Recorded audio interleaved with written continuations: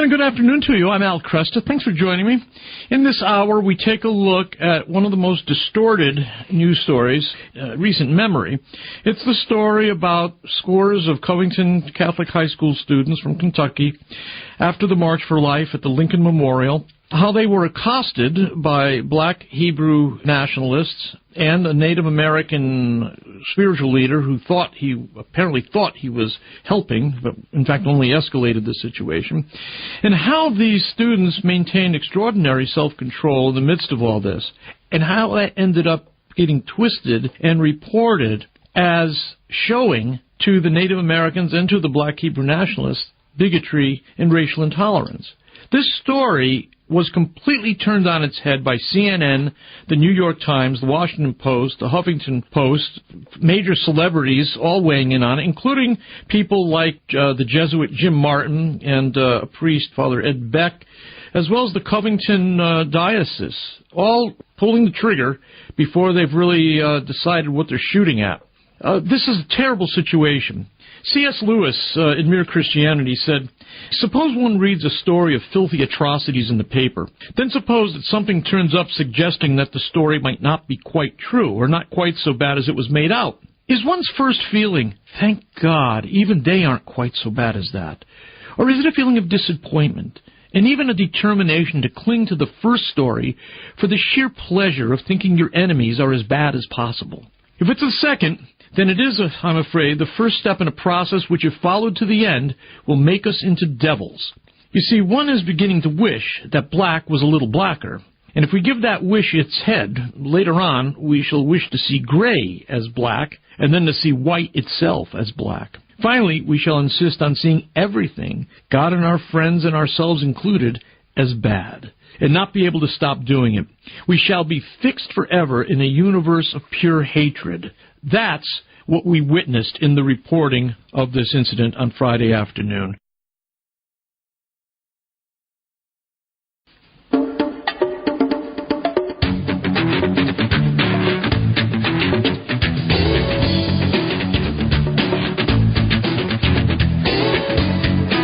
And good afternoon to you. I'm Al Kresta.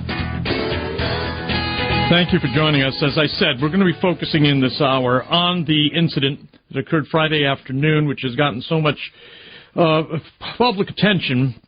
I'm going to play for you right off the bat. I want you to hear how badly this was reported. So I'm going to play an early report from CNN, because I want you to hear it for yourself, and then we'll come back and begin to pick this apart. I have to say, CNN has actually changed its tune almost 180 degrees since this first report. It took them days to do it, but they did make some significant changes. But I want you to hear the original way it was reported. We are hearing from a Native American elder and Vietnam War veteran speaking to CNN after a disturbing viral video shows a group of teens harassing and mocking him in the nation's capital. Here's the video sparking outrage on social media right now. Nathan Phillips was beating his drum and singing an American Indian protest song.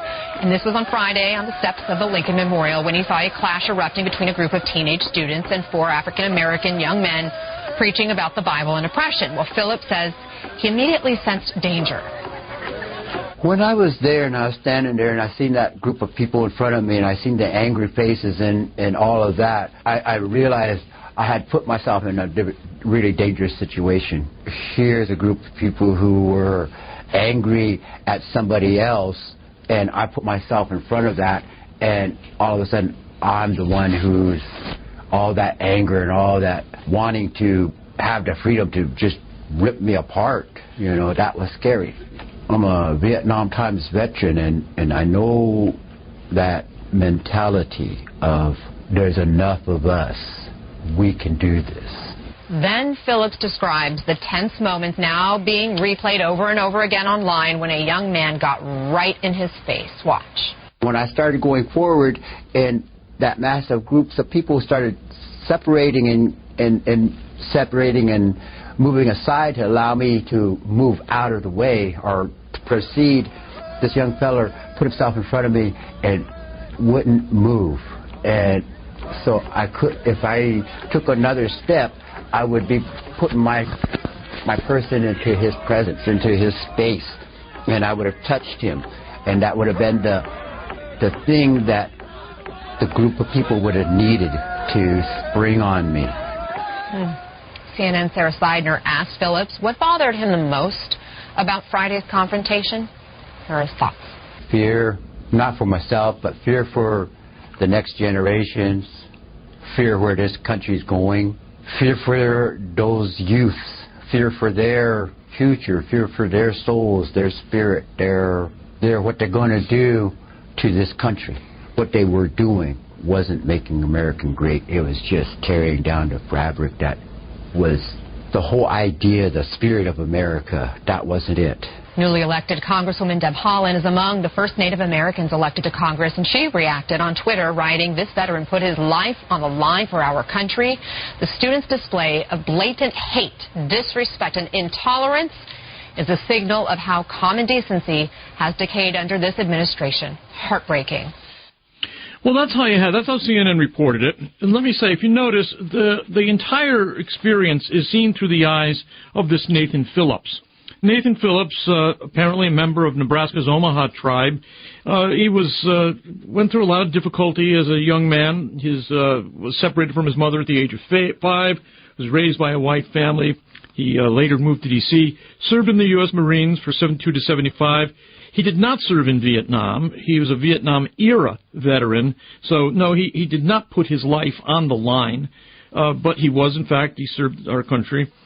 There's not much in the public record for him. But in 2013, he's the subject of a documentary and also a music video a year or two later. In 2015, he claimed that a group of students at Eastern Michigan University allegedly harassed him. We don't have time to go into the details of that, but it's suspicious to me. In 2016 and February 2017, he was part of a large crowd representing the Dakota Access Pipeline protesters. And there he said that he felt compelled to get between a group of black religious activists and largely white students with his ceremonial drum to defuse a potentially dangerous situation. That's the same thing he claimed to do at the march, after the March for Life. So apparently this is something he's quite sensitive about.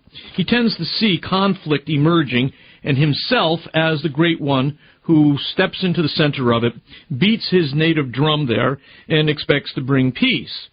Now, back in Nebraska, an Omaha tribal leader said that Phillips is regarded as a well-intentioned brother struggling to cope with a troubled childhood.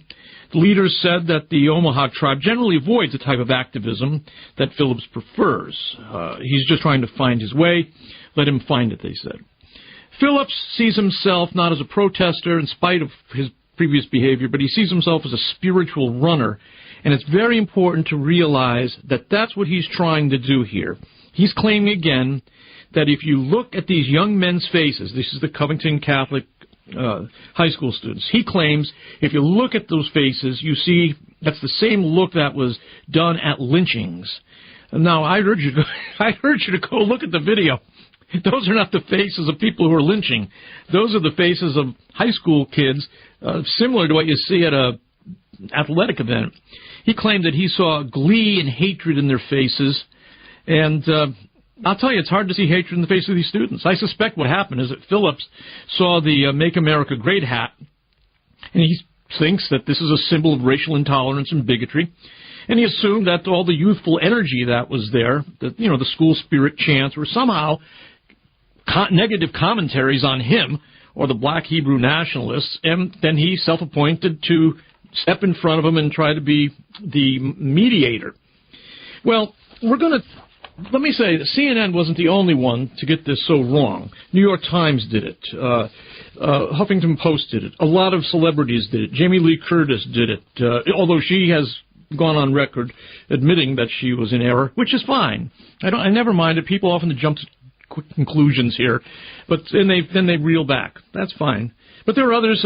Kathy Griffin, a comedian, has made outrageous statements, and many others. Two priests, at least, Ed Beck and Jim Martin, making claims that are completely out of keeping with what we now know. You also have the Diocese of Covington, Kentucky, which has still not responded to our request for information, nor has the school responded. They all claim that they're conducting their own investigation. All I can say is, look, you should have made the investigation before you made the press releases, for heaven's sake. It didn't take too long. Even CNN's beat you on this one. They seem to have a better understanding now than even our own bishop in Covington and the school. What we're going to be doing today is talking to people who are actually there. That's my biggest gripe. Nathan Phillips is the lens through which all the mainstream media saw this event. His history indicates to me that he's not a credible reporter. He's an activist. He is invested in his own sense of spiritual importance. And for him, and I'm not saying he's insincere about this. I don't know, but it seems to me he's got a certain spirituality where he sees himself as a conduit of healing spiritual energy. You know, watching the video that he's been in, watching some of the documentary. And he imagined that he himself was kind of positioning himself between forces of hatred. He did it in the back with the Dakota Pipeline issue, between black activists and white activists, and he imagined he was doing the same thing at the March for Life. Unfortunately, those early reports, and they lasted all through the weekend, did not take into account what the students themselves said, or what the chaperones said. And if you take a look at the statement made by the fellow Nick, who's the fellow in the red hat in the video, Nicholas Sandman, you read a fairly mature statement from a man. He says, I'm the student in the video who was confronted by the Native American protester. I arrived there at around 4:30. I was told to be there by 5:30 when the buses were due to leave Washington. This is where they meet, at the Lincoln Memorial every year. They did not pick this place out to confront either the black Hebrew nationalists who were there or the Native Americans. In fact, I want you to hear a little bit of that scene. Do we have that audio available? Take a listen. Are we going to listen to the black Hebrew nationalists first? Okay, now remember, this is a group of 4 or 5 the theologically weird black Hebrew nationalists. Take a listen. Why you got all these dirty crackers behind you with a red Make America Great hat again on, and you want to fight your brother. You got all these racists with red, you with all these crackers with racist Make America Great hats on, and you gonna talk about you gonna get violent with us. Get your old Uncle Tom out of here. Get your Uncle Tom out of here. Get your Super Sambo out of here. All right. Now, that was a fellow addressing a young black man who was in the audience, and he identified them with the Covington Catholic students. I don't think he was one of the students, but he was there. Now, what else? Do we have the way he was addressing, do we have the way that they were addressing the Native American groups as well? Okay, take a listen to this. You are not savages. You are the children of God, according to the Bible. You are the children of Israel. Before you started worshiping totem poles, you was worshiping the true living God. That's right. Before you became an idol worshiper, you was worshiping the true and living God. And this is the reason why this land was taken away from you. And that was, again, those black Hebrew nationalists. They were a small number, 4 or 5, addressing the Native Americans who were there. So you've got 3 groups. You've got a small group of black Hebrew nationalists. You've got a group of Native Americans who were there for an annual march that they do to pay respect to Native American soldiers at the Arlington National Cemetery. And you also have, of course, the Catholic students from Covington, Kentucky. And so you get an idea what the feeling was like there, and the black Hebrew nationalists were really escalating the discussion. The Native American protesters began doing some chanting, and after a few minutes of chanting, Nicholas Sandman says during that time he did not hear any student chant anything other than the school spirit chants. Did not witness or hear any students chant "Build That Wall" or anything hateful or racist at any time. Assertions to the contrary are simply false. Our chants were loud because we wanted to drown out the hateful comments that were being shouted at us by the protesters. I never interacted with the Native American protester. I did not speak to him. I did not make any hand gestures or other aggressive moves. To be honest, I was startled and confused as to why he had approached me. More coming up.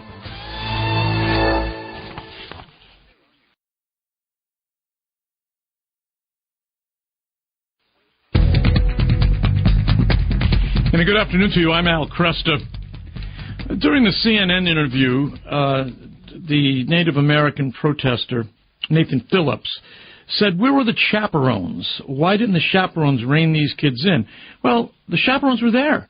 In fact, the chaperones gave permission for the kids to sing their high school songs, their spirit songs, which they chant at athletic events.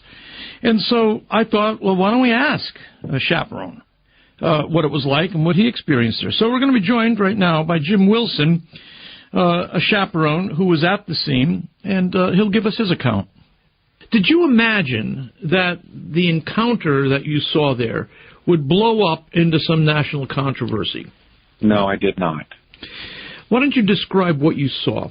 All the chaperones are given a group of kids to have with them, and I had 20 boys with me. We were coming in the direction of the Washington Monument to the Lincoln Memorial, walking past the shallow ponds that are there. Mm-hmm.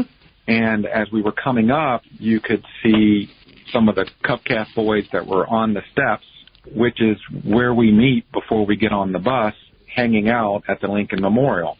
As I was getting closer, you could see in front of them were some men who I later learned were the Black Israelites. Okay, right. And to the right, about 30 yards away from the boys, was a smaller group of men that were beating a drum, and I learned that they were Native Americans. Okay. As we were coming closer, the Native Americans were moving towards the group and went into the group. So I ended up getting out to the same level that everybody was at, while the Native American was in the middle of the group, and I could hear things like, "Go back to Europe, this isn't your land," and then I was hearing other comments. The boys were racist, and they're school shooters. The Native Americans then came out of the middle of the group. The boys had no acts of violence towards that invasion of their personal space. Yeah, he went to them. And they didn't go to him, right? He went to them. Mm-hmm. They stayed in their spot where they were waiting for their bus. Yep. So after he came out, I then put myself in between the Black Israelites and the boys. The boys, they had spent 16 hours in the bus. One of the buses broke down, and we had to load other kids on the bus. They missed Mass. They showed up and ate food and walked and did the march. And the march was very peaceful. We went from the National Archive to the Supreme Court building, and there wasn't what has been there in the past, a few people yelling. This is the fourth time that I've done this. All the boys then went and did their sightseeing and came back with where they were supposed to be, mm-hmm. which was on the Lincoln Memorial. So here we are, and I'm trying to get the attention and keep back, 150, 160 boys. Sure. Meanwhile, the other gentlemen were shouting their points of views, which were very negative towards the boys that I was there with. Mm-hmm. And I was keeping them back, and I was trying to get their attention because I wanted to get out of here. And I kept saying to them, this is like a shiny coin. This is like a shiny coin. And luckily, for whatever reason, 8 to 10 of the boys that knew me got eye contact with me and said, "So we're not supposed to be listening to these people." And I'm like, "No, we need to get out of here." So they all started chanting, "Let's go home, let's go home." And they shot off over the hill mm-hmm. to where the buses weren't even there yet. But we stayed back there. So did any of the boys chant, "Build the wall, build the wall"? I didn't hear that in my time there. Yeah. Were the boys in any way antagonizing him or anybody? No. Yeah. My understanding is that those groups sought them out. Mm-hmm. And I can tell you, they were right where we are every year. We you show up on the steps, the boys do their school cheers, and we go home. Right. Yeah, it makes sense to me. These are professional activists. This is what they do. Do you think they were hoping to generate some kind of confrontation that they could exploit? Considering how aggressive they were, grown men, yep, 3 and 4 times these boys' age, disputing things that could very easily incite any immature young man, leads me to the conclusion, yes, Yeah, I suspect the same. There's one spot in the video where a young man takes his shirt off and appears to be leading chants or, or a song. Or what? Did you see that? Do you know what was going on there? I know what was going on there because I've been to football games and basketball games. I believe that's referred to the sumo dance or the sumo wrestler. And one of the boys will go down and they'll take their shirts off and they'll bounce around. That's all one of the school cheers. It had nothing to do with the parties that were screaming at them. Yeah. Did these young men, did they learn a lesson here about the way the world works? They're learning the lesson. My son is still very angry about all the lies, and they're learning a lesson. The big lesson that's being discussed in the local community is some of the people, even locally, that judge too quickly are now saying we have to wait till all the facts are out. Right. And I agree with that. I mean, these are good boys. Yeah. What do you make of the statement from the Diocese of Covington, which claimed to also have the cooperation of the school, which condemned the behavior of the boys? What do you make of that? At this point, it's a fair question to ask me, and if you'll give me a second. Oh, please. Yeah. Overall, initially these boys were attacked because they were being screamed at by grown men when they were waiting on a bus. And my question is, why are the boys held to a higher standard, children, than grown men that was screaming profanities at them? And so I know that the people that work at that school are good people. And I've met the bishop, and I believe him to be a good man. Sure. I do think that they will do the right thing. I've explained this to some people. You know, when a crisis happens, sometimes it takes people a while for the dust to settle and for them to see things and react properly. Right. I pray for them, and I want the right thing to happen, and I have faith in them that the right thing will be done. Yeah, I think you've got a great perspective on this, Jim. Thank you so much for taking the time to be with me today, and actually for really being part of this whole experience, being a chaperone and caring enough to go to Washington. Thank you, sir. Wanted to talk to somebody else who was there. Ron Auer from Mattoon, Illinois, was there with the Diocese of Springfield at the March for Life, and he'll tell us what he saw.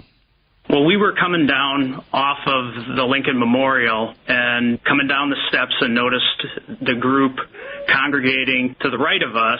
And, they were kind of jumping around and singing songs and stuff. And we weren't sure what was going on when we were walking down. But as we got closer, we saw the 4 black Hebrew Israelites standing in front of them and could kind of sense the tension in the air. And I happened to notice on the right side were the Native Americans beating on the drums on the side, completely set apart from the group. And so we had a group of young people with us, and we kind of made the decision to go around and kind of vacate ourselves from the area.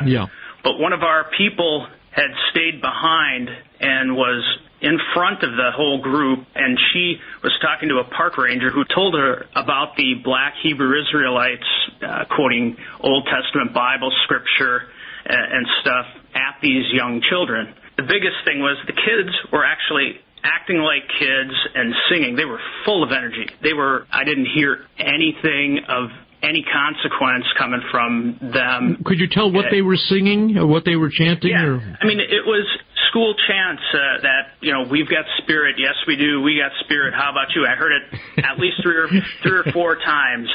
And, that's the kind of thing you cheer at a basketball game when you're pointing at the opponent's side. And so, we kind of took stock of what was going on, and we decided nothing good could come from us being there. And we left. Like I said, the tension in the air was definitely palatable, even though, we could hear the black people talking to them with emphasis in their voice. Could you make out what they were saying? I could not, because I was more worried about getting my own group. Yeah, you had your own group to worry about. Out of the area, just in case. And so 2 days later, we're on the bus going home, and all of a sudden the kids come up to me and are saying, the news is going wild with this stuff. They're posting videos, and it's on Twitter and stuff. And I couldn't imagine what had actually happened to make this all explode in this way, because while it didn't look benign, it definitely didn't look like there was nothing that happened in front of us that would have made this type of a reaction happen. When I heard Nick Sandman's, explanation that he released, it made perfectly logical sense to me with what I witnessed there in my face.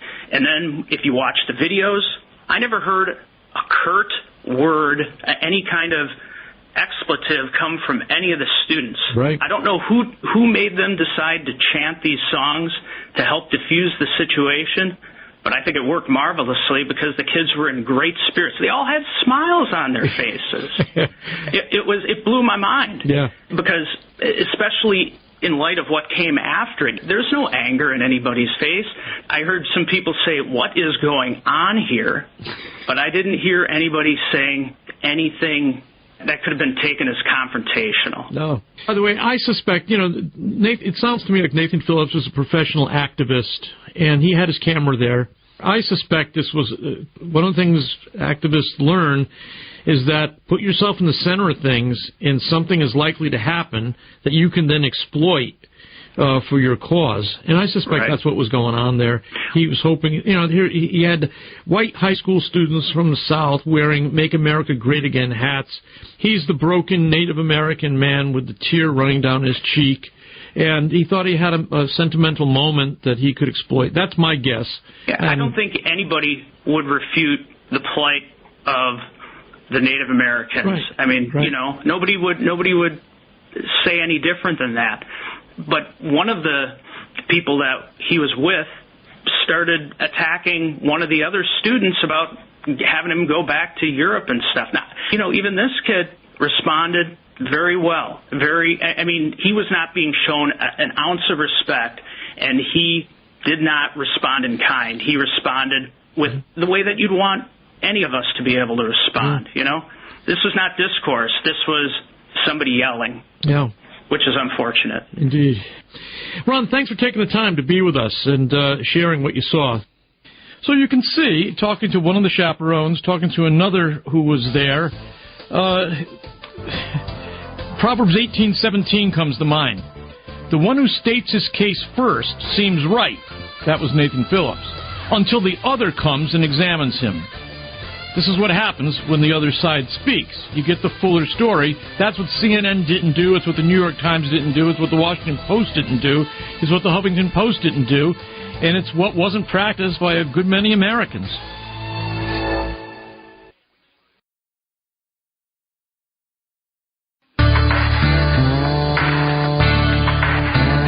Good afternoon. I'm Al Kresta.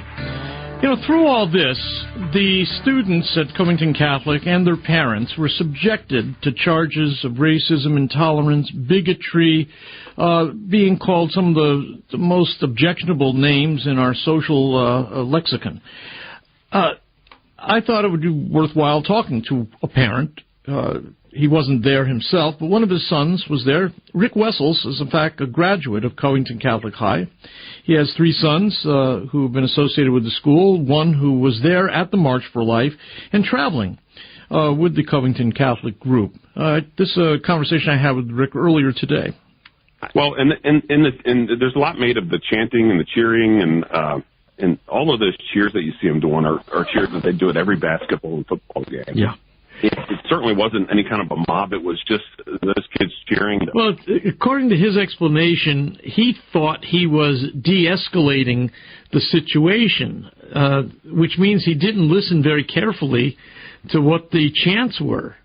Yeah, you can hear him saying the CCH cheer, the cheer where the one young man takes his shirt off. Yeah. That's a cheer they do at every basketball game. It's the de-escalation part. I mean, I really have to think the guy's either not telling the truth or he's delusional. Yeah, right. If he thinks that taking that drum with his, 3 or 4 other cronies that were filming him, right. If he thinks that marching into a group of kids that don't know him, chanting some kind of song that they can't understand, and getting in the face of a 16-year-old boy and playing that drum, 6 inches from his face. Right. I'm not sure who really believes that's some sort of de-escalation tactic. I don't. Lots of them made the hats that made him a target, obviously, for not only the drummer, but for the other group, the Black Israelites or whatever they called themselves. And people are saying, well, why did they allow them to bring the hat? If you've been on the mall, those hats are for sale on every corner. Sure. A lot of those kids were picking hats up, as they were walking around. Well, they were down there. Interesting. Yeah, and people criticize them for letting them wear the hats. There's nothing wrong with them, in my opinion, wearing the hats. So they were certainly, targeted for that. And, it's easy to look back on it now and say, well, the chaperone should have done this or that. I'm not going to second guess or, I think the chaperones, if you watch the video, I never would have said, wow, this is really getting out of control. Right. What do you make of the statement from the Diocese of Covington and what's supposed to be a joint statement from the school and the diocese? Right. Do you? It doesn't. Well, it sounds to me that was a knee-jerk reaction. Yeah, I think. Those of us who are old enough to have been around, we see the media reaction to these kids wearing the red MAGA hats. I understand that. I understand that that's how the media is going to portray this. So to say you're disappointed in the media, that's true, but it's to be expected. The much bigger disappointment in this area is with the diocese at this point. Yeah. And I hesitate to blame the school because the school is they're at the direction of the diocese and at the control of the diocese. And I don't think they're going to issue any statement without the diocese signing off on it or directing it. So for the diocese to have thrown them under the bus so quickly, right, without investigating, is the biggest disappointment I think the whole community has at this point. And worse than that, it's now Tuesday. The incident blew up on Saturday. Right. It doesn't take that long. Nope. To ascertain that you were wrong in your denunciation of these kids. Right. And correct the record. And then they haven't done that yet. No, they haven't. All the parents got an email last night saying they're going to hire a third-party investigator to investigate the incident. Yeah. And that's all fine and good, but I don't need a third-party investigator to tell me what I see on the video. No. I can see it for myself. Yeah, I agree. Talk to these boys. Well, and the bishop's very familiar. He visits the school and says mass multiple times a year. Yeah. Like he always, conducts the graduation ceremonies. We're the only all-boys school in Northern Kentucky. And so it's not like he doesn't know these kids. And there is still talk of possibly disciplining these kids from the diocese, especially the poor Sandman kid who, through just dumb luck, was caught right in the middle of it and happened to be standing in the wrong spot wearing the wrong hat. Well, so I thought he handled himself well, and I thought his statement was outstanding. So, yeah, absolutely. And I talk with my friends who are my age, and if somebody gets, if somebody back in the day, somebody got in your face, you're probably not going to just stand there. You're going to at least push it back and say, look, back off a little. It's exactly so he what did I very thought. well not to do anything, and all those kids really with the other group that was harassing them for an hour plus. They really never lashed out or did anything, and that's exactly what that group was trying to get them to do. So it's just taken too long. The diocese should have retracted their statement, retracted the apology to Nathan Phillips, right, and said, look, we screwed up. It's not that hard to say you screwed up. Nope.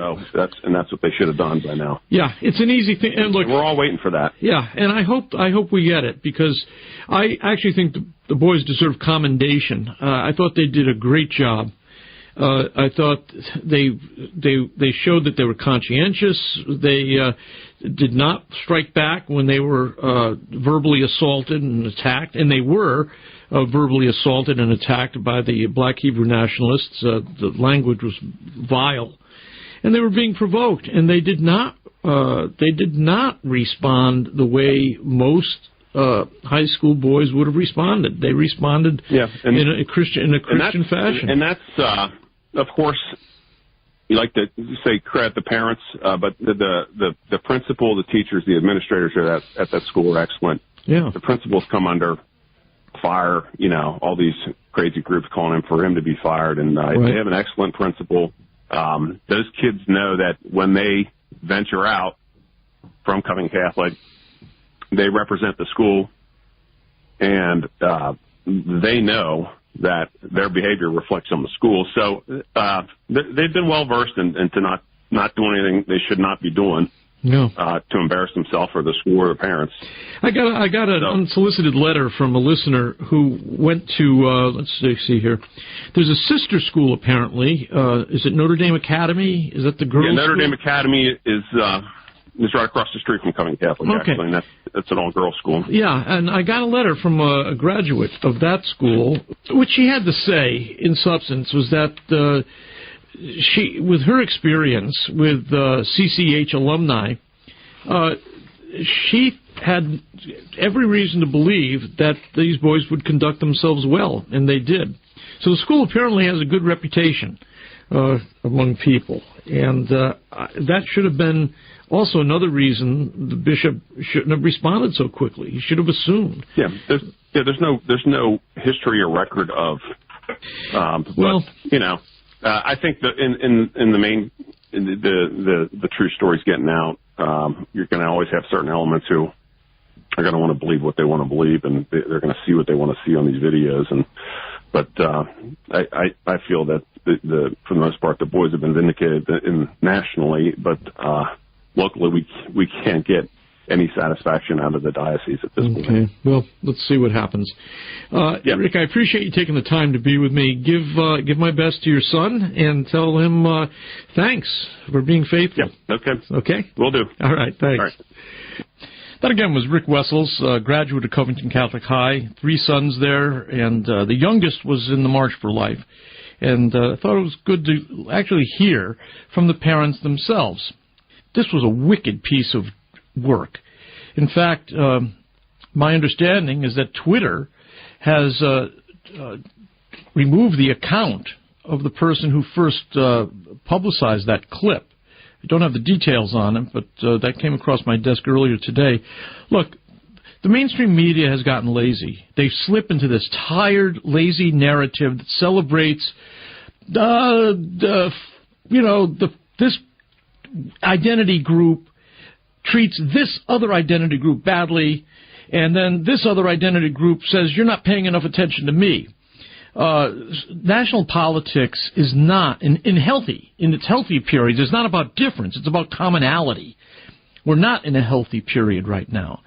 We celebrated Martin Luther King Jr. Day yesterday. The reason King was as effective as he was is because he insisted on staying part of the national discussion and conversation. He basically said, look, we're all in this thing together. America had a certain promise about equality, and America hasn't fulfilled its promise. He dealt with the basic moral conscience of a nation because we shared certain values. We weren't all hiving off into our own various identity groups. If you take a look at the web page of the Democratic Party, you've got just a hodgepodge, African Americans, Americans with disabilities, American Jewish community, Asian Americans and Pacific Islanders, Democrats abroad, ethnic Americans, faith communities, Hispanics, LGBT community, Native Americans, rural Americans, seniors and retirees, small business community, union members and families, veterans and military families, women, young people and students. Everybody is divided up into special interest groups that the party is interested in somehow advancing their interests. You can't do that when you can't pitch to 17 different identities. You can't paint a picture of the future in which all 17 ethnic groups and interest groups are going to be equally happy. National politics is about commonality. That's when it's healthy. Right now, the media is preoccupied with the angry white male. You know, Trump won because of white lash, right? Trump won in large part, they say, because he transformed economic disadvantage into racial rage. Now, it's convenient because it sanctions a conviction of moral superiority. It allows liberal-minded people to ignore what those voters were really concerned about in electing President Trump. It encourages the fantasy that the Republican right is doomed to demographic extinction in the long run, which means that liberals have only to wait for the country to fall into their laps. It also absolves liberals of not recognizing how their own obsession with diversity has encouraged white, rural, religious Americans to think of themselves as a disadvantaged group whose identity is being threatened or ignored. In other words, instead of striving to find out of the many one, they're trying to split the one up into many. And this is what this whole trashy incident is about. It's about taking a bunch of students and basically crucifying them for what they didn't do in the interests of diversity. You know, what's funny is that the real vile people here were those black Hebrew nationalists. It's a religious cult of small membership. But their skin pigmentation saved them from being shown as the real culprits in this whole thing. They're the ones who from the very beginning were filled with profanity and vulgar remarks, heightening the conflict. The students began singing their school songs as a way of keeping them mission-focused, as a way of reminding themselves who they were and not merely reacting to anything else in the crowd. It's incumbent upon us, and I think Catholics are in the best position to do this, to develop a political rhetoric which concentrates on appealing to our citizens, Americans, as Americans, and emphasizing the issues that affect a vast majority of Americans. It would speak to the common good, a central Catholic concept that we take into mind when we're thinking of ourselves as citizens. I think we need to address a nation of citizens, not a nation of conglomerate independent tribes.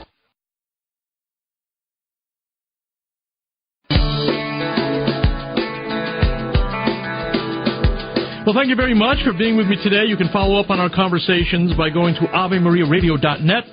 We'll have plenty of material there in the Kresta Guest Archives that you can follow up on. Plenty of articles. We have Nicholas Sandman's statement there, as well as other reports. There have been a few other students that have spoken out.